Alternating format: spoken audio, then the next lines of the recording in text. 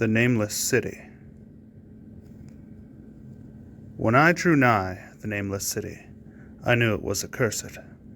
I was traveling in a parched and terrible valley under the moon, and afar I saw it protruding uncannily above the sands as parts of a corpse may protrude from an ill-made grave. Fear spoke from the age-worn stones of this hoary survivor of the deluge, this great-grandfather of the eldest pyramid, and a viewless aura repelled me, and bade me retreat from antique and sinister secrets that no man should see, and no man else had dared to see. Remote in the desert of Araby lies the nameless city, crumbling and inarticulate, its low walls nearly hidden by the sands of uncounted ages. It must have been thus before the first stones of Memphis were laid, and while the bricks of Babylon were yet unbaked. There is no legend so old as to give it a name, or to recall it, that it was ever alive. But it is told of in whispers around campfires, and muttered about by grandams in the tents of sheiks, so that all the tribes shun it without wholly knowing why. It was of this place that Abdul al-Hazarid, the mad poet, dreamed of the night before he sang his unexplained couplet. That is not dead which can eternal lie, and with strange aeons even death may die. I should have known that the Arabs had good reason for shunning the nameless city. The city told of in strange tales but seen by no living man. Yet I defied them, and went into the untrodden waste with my camel. I alone have seen it, and that is why no other face bears such hideous lines of fear as mine, why no other man shivers so horribly when the night wind rattles the windows. When I came upon it, in the ghostly stillness of unending sleep, it looked at me, chilly from the rays of a cold moon amidst the desert's heat, and as I returned its look, I forgot my triumph at finding it, and stopped still with my camel to wait for the dawn. For hours I waited, until the east grew gray and the stars faded, and the gray turned to roseate light, edged with gold. I heard a moaning, and saw a storm of sand stirring among the antique stones, though the sky was clear and the vast reaches of desert still. Then suddenly, above the desert's far rim, came the blazing edge of the sun, seen through the tiny sandstorm which was passing away, and in my fevered state, I fancied that from some remote depth there came a crash of musical metal to hail the fiery disk, as Memnon hails it from the banks of the Nile. My ears rang and my imagination seethed, as I led my camel slowly across the sand to that unvocal place, that place which I alone of living men have seen. In and out amongst the shapeless foundations of houses and places I wandered, finding never a carving nor inscription to tell of these men, if men they were, who built this city, and dwelt therein so long ago. The antiquity of the spot was unwholesome, and I longed to encounter some sign or device to prove that the city was indeed fashioned by mankind. There were certain proportions and dimensions in the ruins, which I did not like. I had with me many tools, and dug much within the walls of the obliterated edifices. But progress was slow, and nothing significant was revealed. When night and the moon returned, I felt a chill wind, which brought new fear, so that I did not dare to remain in the city. And as I went outside the antique walls to sleep, a small sighing sandstorm gathered behind me, blowing over the gray stones through the moonlight, and most of the desert was still. I awakened just at dawn from a pageant of horrible dreams, my ears ringing as from some metallic peal. I saw the sun peering redly through the last gusts of a little sandstorm that hovered over the nameless city, and marked the quietness of the rest of the landscape. Once more I ventured within those brooding ruins that swelled beneath the sand, like an ogre under a coverlet, and again dug vainly for relics of the forgotten race. At noon I rested, and in the afternoon I spent much time tracing the walls and bygone streets, and the outlines of the nearly vanished buildings. I saw that the city had been mighty indeed, and wondered at the sources of its greatness. To myself, I pictured all the splendors of an age so distant that Chaldea could not recall it, and thought of Sarnath the doomed, that stood in the land of Nar when mankind was young, and of Ib, that was carven of grey stone before mankind existed. All at once, I came upon a place where the bedrock rose stark through the sand and formed a low cliff. And here I saw with joy what seemed to promise further traces of the antediluvian people. Hewn rudely on the face of the cliff were the unmistakable facades of several small, squat rock houses, or temples, whose interiors might preserve many secrets of ages too remote for calculation, though sandstorms had long effaced any carvings which may have been seen from the outside. Very low and sand-choked were all the dark apertures near me, but I cleared one with my spade and crawled through it, carrying a torch to reveal whatever mysteries it might hold. When I was inside, I saw that the cavern was indeed a temple, and beheld plain signs of the race that had lived and worshipped before the desert was a desert. Primitive altars, pillars, and niches, all curiously low, were not absent, and though I saw no sculptures or frescoes, there were many, many singular stones, clearly shaped into symbols by artificial means. The lowness of the chiseled chamber was very strange, for I could hardly kneel upright, but the area was so great that my torch showed only part of it at a time. I shuddered oddly in some of the far corners, for certain altars and stones suggested forgotten rites of terrible, revolting, and inexplicable nature, and made me wonder what manner of men could have made and frequented such a temple. When I had seen all that the place contained, I crawled out again, avid to find what the temples might yield. Night had now approached, yet the tangible things I had seen made curiosity stronger than fear, so that I did not flee from the long moon-cast shadows that had daunted me when I first saw the Nameless city. In the twilight, I cleared another aperture, and with a new torch crawled into it, finding more vague stones and symbols, though nothing more definite than the other temple had contained. The room was just as low, but much less broad, ending in a very narrow passage crowded with obscure and cryptical shrines. About these shrines I was prying, when the noise of a wind, and my camel outside, broke through the stillness, and drew me forth to see what could have frightened the beast. The moon was gleaming vividly over the primitive ruins, lighting a dense cloud of sand that seemed blown by a strong but decreasing wind from some point along the cliff ahead of me. I knew it was this chilly, sandy wind which had disturbed the camel, and was about to lead him to a place of better shelter, when I chanced to glance up and saw that there was no wind atop the cliff. This astonished me and made me fearful again, but I immediately recalled the sudden local winds that I had seen and heard before at sunrise and sunset, and judged it was a normal thing. I decided it came from some rock fissure leading to a cave, and watched the troubled sand to trace it to its source, soon perceiving that it came from the black orifice of a temple a long distance south of me, almost out of sight. Against the choking sound cloud, I plodded toward this temple, which as I neared it loomed larger than the rest, and shewed a doorway far less clogged with caked sand. I would have entered had not the terrific force of the icy wind almost quenched my torch. It poured madly out of the dark door, sighing uncannily as it ruffled the sand and spread among the weird ruins. Soon it grew fainter, and the sand grew more and more still, till finally all was at rest again. But a presence seemed stalking amongst the spectral stones of the city, and when I glanced at the moon, it seemed to quiver as though mirrored in unquiet waters. I was more afraid than I could explain, but not enough to dull my thirst for wonder.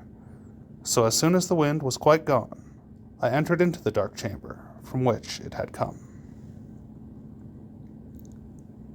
The temple, as I had fancied it from the outside, was larger than either of those I had visited before, and was presumably a natural cavern, since it bore winds from some region beyond.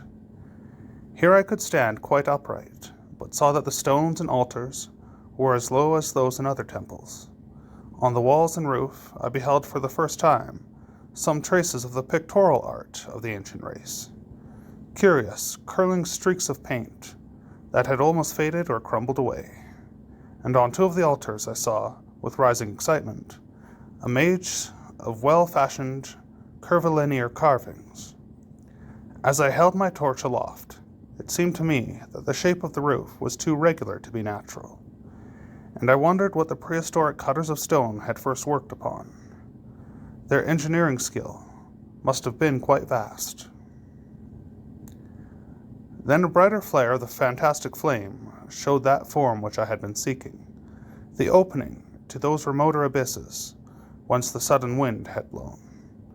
And I grew faint when I saw that it was a small and plainly artificial door chiseled into the solid rock.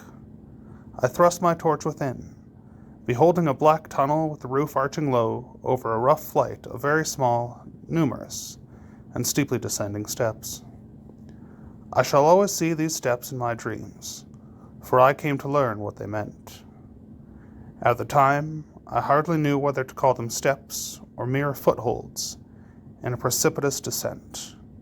My mind was whirling with mad thoughts, and the words and warnings of Arab prophets seemed to float across the desert, from the land that men knew to the nameless city, and that they dare not know.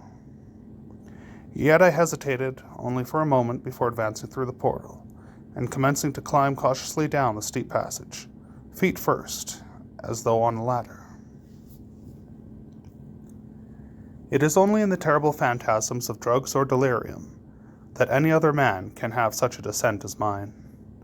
The narrow passage led infinitely down, like some hideous haunted well, and the torch I held above my head could not light the unknown depths toward which I was crawling. I lost track of the hours, and forgot to consult my watch, though I was frightened when I thought of the distance I must be traversing. There were changes of direction and steepness, and once I came to a long, low, level passage, where I had to wriggle my feet first along the rocky floor, holding the torch at arm's length beyond my head. The place was not high enough for kneeling. After that were more of the steep steps, and I was still scrambling down interminably when my failing torch finally died out. I do not think I noticed it at the time, for when I did notice it, I was still holding it above me as if it were ablaze. I was quite unbalanced with that instinct for the strange and the unknown, which had made me a wanderer upon earth and a haunter of far, ancient, and forbidden places. In the darkness, there flashed before my mind fragments of my cherished treasury of demonic lore. Sentences from Al-Hazared, the mad Arab, paragraphs from the apocryphal nightmares of Damascus, and infamous lines from the delirious Image du Monde of Gauthier de Metz. I repeated queer extracts, and muttered of Afrasiab and the demons that floated with him down the Oxus. Later chanting over and over, again a phrase from one of Lord Dunsany's tales. The unreverberate blackness of the abyss. Once, when the descent grew amazingly steep, I recited something in sing-song from Thomas More, until I feared to recite any more. A reservoir of darkness black, as witches' cauldrons are, when filled with moon drugs and the eclipse distilled, leaning to look if foot might pass. Down through that chasm I saw beneath, as far as vision could explore, the jetty sides as smooth as glass, looking as if just vanished o'er. With that dark pitch, the seed of death throws out upon its slimy shore. Time had quite ceased to exist when my feet again felt a level floor, and I found myself in a place slightly higher than the rooms in the two smaller temples, now so incalculably far above my head. I could not quite stand, but could kneel upright, and in the dark I shuffled and crept hither and thither at random. I soon knew that I was in a narrow passage whose walls were lined with cases of wood having glass fronts. As in that Paleozoic and abysmal place, I felt of such things as polished wood and glass. I shuddered at such possible implications. The cases were apparently ranged along each side of the passage at regular intervals, and were oblong and horizontal, hideously like coffins in shape and size. When I tried to move 2 or 3 for further examination, I found that they were firmly fastened. I saw that the passage was a long one, so floundered ahead rapidly in a creeping run that would have seemed horrible had any eye watched me in the blackness, crossing from side to side, occasionally to feel of my surroundings, and be sure the walls and rows of cases still stretched on. Man is so used to thinking visually that I almost forgot the darkness and pictured the endless corridor of wood and glass in its low-studded monotony as though I saw it. And then, in a moment of indescribable emotion, I did see it. Just when my fancy merged into real sight I cannot tell, but there came a gradual glow ahead, and all at once I knew that I saw the dim outlines of a corridor and the cases, revealed by some unknown subterranean phosphorescence. For a little while, all was exactly as I had imagined it, since the glow was very faint. But as I mechanically kept stumbling ahead into the stronger light, I realized that my fancy had been but feeble. This hall was no relic of crudity like the temples in the city above, but a monument of the most magnificent and exotic art. Rich, vivid, and daringly fantastic designs and pictures formed a continuous scheme of mural paintings, whose lines and colors were beyond description. The cases were of a strange golden wood, with fronts of exquisite glass, and containing the mummified forms of creatures outreaching in grotesqueness the most chaotic dreams. To convey any idea of these monstrosities is impossible. They were of the reptile kind, with body lines suggesting sometimes the crocodile, sometimes the seal, but more often than not, nothing of which either the naturalist or the paleontologist has ever heard of. In size they approximated a small man, and their forelegs bore delicate and evident feet, curiously like human hands and fingers. But strangest of all were their heads, which presented a contour violating all known biological principles. To nothing can such things be well compared. In one flash, I thought of comparisons as varied as the cat, the bullfrog, the mythic satyr, and the human being. Not Jove himself had had so colossal and protuberant a forehead, yet the horns and the noselessness and the alligator-like jaw placed things outside all established categories. I debated for a time on the reality of the mummies, half suspecting they were artificial idols, but soon decided they were indeed some Paleogean species, which had lived when the Nameless City was alive. To crown their grotesqueness, most of them were gorgeously enrobed in the costliest of fabrics, and lavishly laden with ornaments of gold, jewels, and unknown shining metals.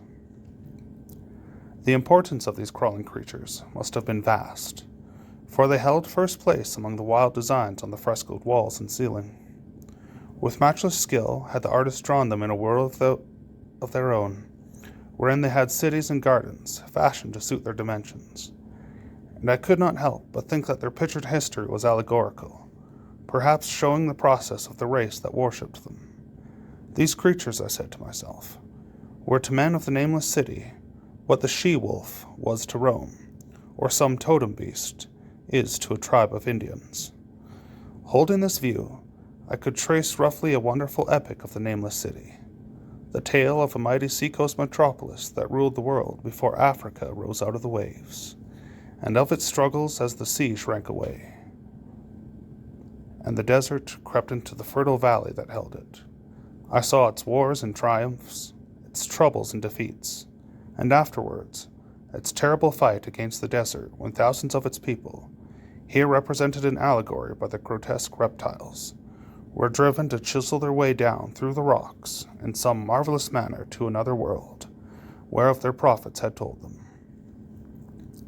It was all vividly weird and realistic, and its connection with the awesome descent I had made was unmistakable. I even recognized the passages. As I crept along the corridor toward the brighter light, I saw later stages of the painted epic, the leave-taking of the race that had dwelt in the Nameless City, and the valley round for 10 million years, the race whose souls shrank from quitting scenes their bodies had known so long, where they had settled as nomads in the earth's youth, hewing in the virgin rock those primal shrines at which they had never ceased to worship. Now that the light was better, I studied the pictures more closely, and remembering that the strange reptiles must represent the unknown man, pondered upon the customs of the Nameless City. Many things were peculiar and inexplicable.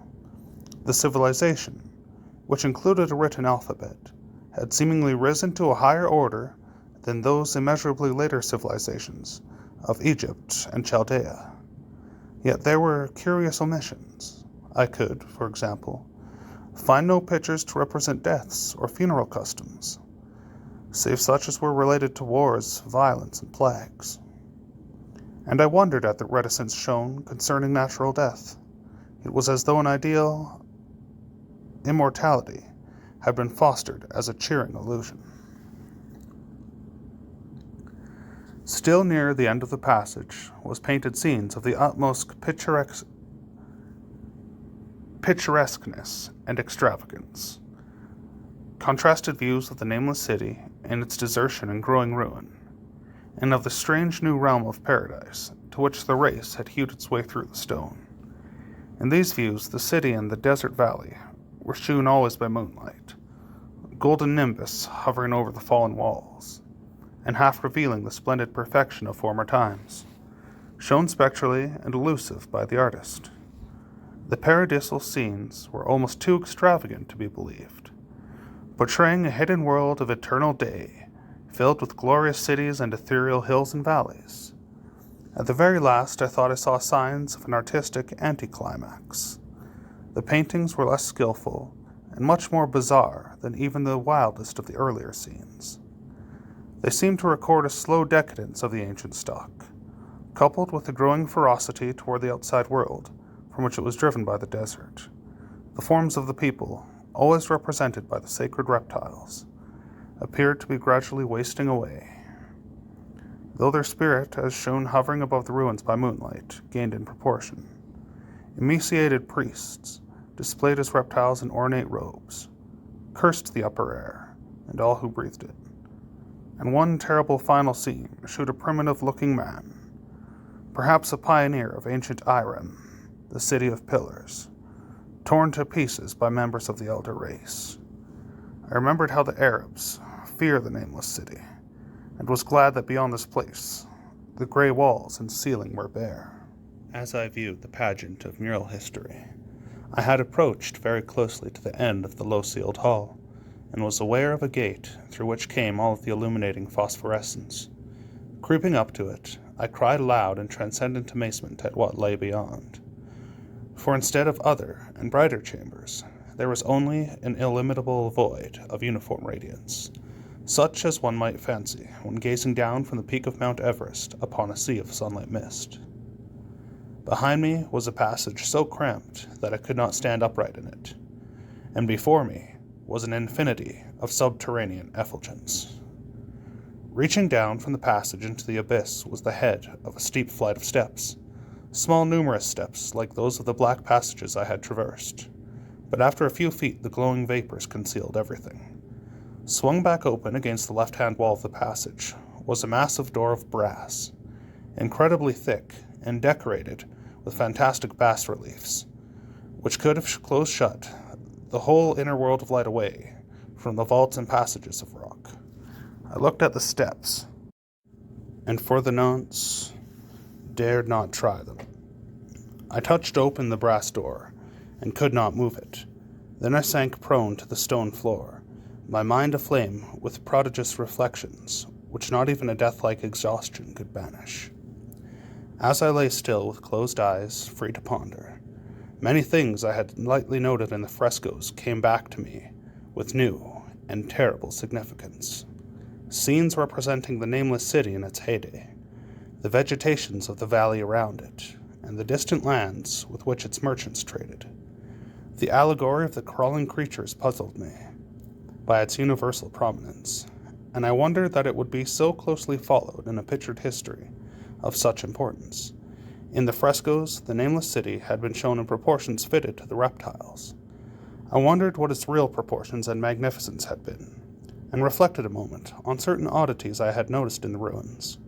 I thought curiously of the lowness of the primal temples and of the underground corridor, which were doubtless hewn thus, out of deference to the reptile deities there honored, though it perforce reduced the worshippers to crawling.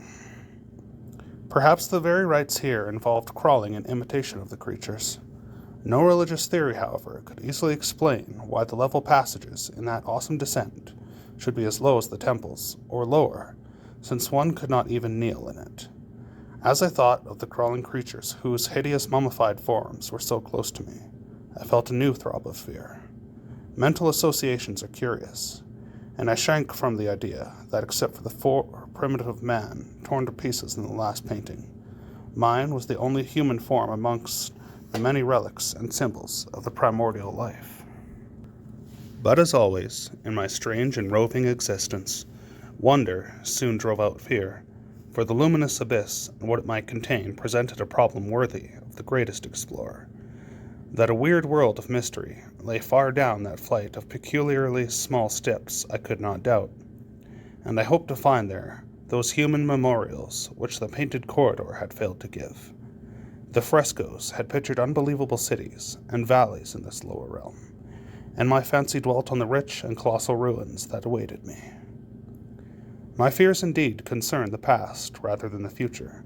Not even the physical horror of my position in that cramped corridor of dead reptiles and antediluvian frescoes, miles below the world I knew and faced by another world of eerie light and mist, could match the lethal dread I felt at the abysmal antiquity of the scene and its soul, an ancientness so vast that measurement is feeble seemed to layer down from the primal stones and rock-hewn temples of the Nameless City, while the very latest of the astounding maps in the frescoes shewed oceans and continents that man has forgotten, with only here and there some vaguely familiar outlines of what could have happened in the geological ages since the painting ceased and the death-hating race resentfully succumbed to decay, no man might say.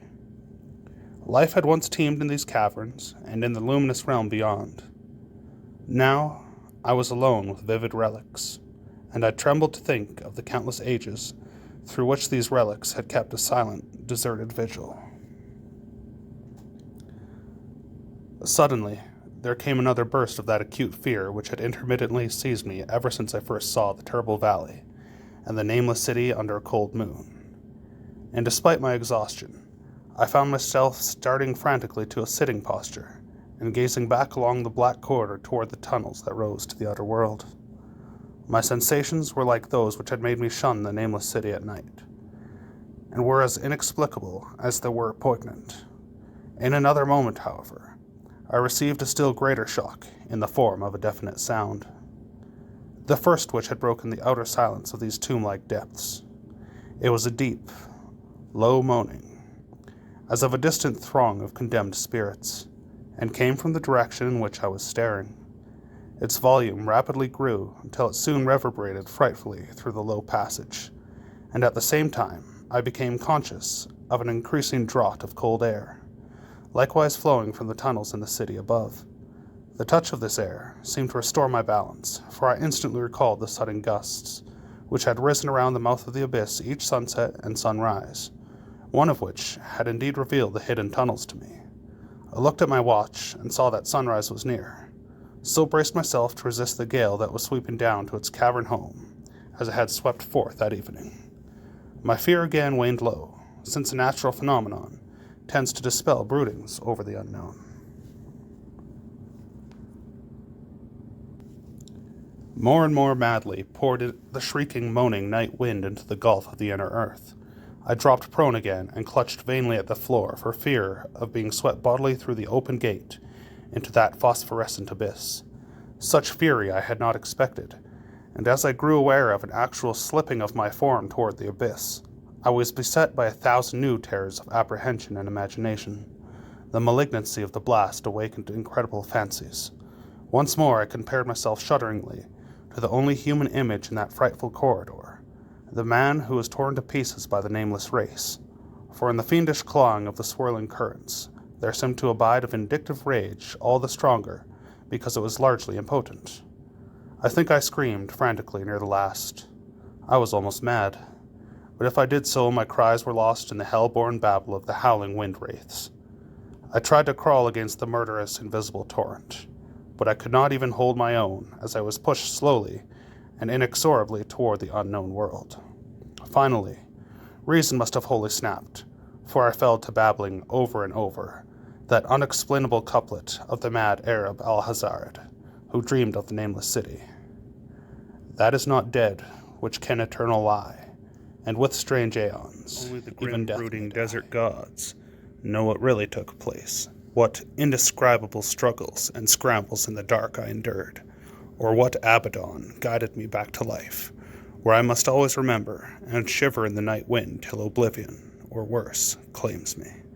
Monstrous, unnatural, colossal was the thing, too far beyond all the ideas of man to be believed, except in the silent, damnable small hours of the morning, when one cannot sleep. I have said that the fury of the rushing blast was infernal, cacodemonical, and that its voices were hideous with the pent-up viciousness of desolate eternities. Presently these voices, while still chaotic before me, seemed to my beating brain to take articulate form behind me, and down there in the grave of unnumbered aeon-dead antiquities, leagues below the dawnlit world of men, I heard the ghastly cursing and snarling of strange-tongued fiends.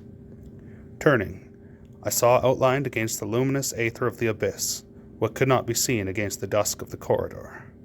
A nightmare horde of rushing devils, hate-distorted, grotesquely panoplied, half-transparent devils of a race no man might mistake, the crawling reptiles of the nameless city.